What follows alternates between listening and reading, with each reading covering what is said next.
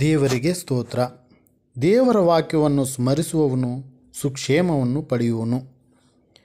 ಯೆಹೋವನಲ್ಲಿ ಭರವಸವಿಡುವವನು ಭಾಗ್ಯವಂತನು. ಕಷ್ಟದ ದಿನಗಳು ಸಂತೋಷವಿಲ್ಲವೆಂದು ನೀನು ಹೇಳುವ ವರ್ಷಗಳು ಸಮೀಪಿಸುವುದರೊಳಗಾಗಿ ಯೌವನದಲ್ಲಿಯೇ ನಿನ್ನ ಸೃಷ್ಟಿಕರ್ತನನ್ನು ಸ್ಮರಿಸು. ದೇವರು ಒಬ್ಬನಿಗೆ ಯಾವ ಇಷ್ಟಾರ್ಥಕ್ಕೂ ಕೊರತೆ ಇಲ್ಲದಂತೆ ಧನ ಸಂಪತ್ತನ್ನು ಘನತೆಯನ್ನು ಅನುಗ್ರಹಿಸುವನು.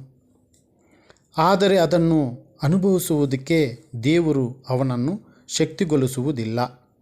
ಅದನ್ನು ಮತ್ತೊಬ್ಬನು ಅನುಭವಿಸುವನು. ಬಾಯಿ ದುಡುಕಬೇಡ. ದೇವರ ಮುಂದೆ ಮಾತಾಡಲು ನಿನ್ನ ಹೃದಯದಲ್ಲಿ ಆತುರ ಪಡದಿರು. ದೇವರು ಆಕಾಶದಲ್ಲಿದ್ದಾನಲ್ಲವೇ? ನೀನು ಭೂಮಿಯಲ್ಲಿದ್ದಿ. ಆದ ಕಾರಣ ನಿನ್ನ ಮಾತುಗಳು ಕೊಂಚವಾಗಿರಲಿ.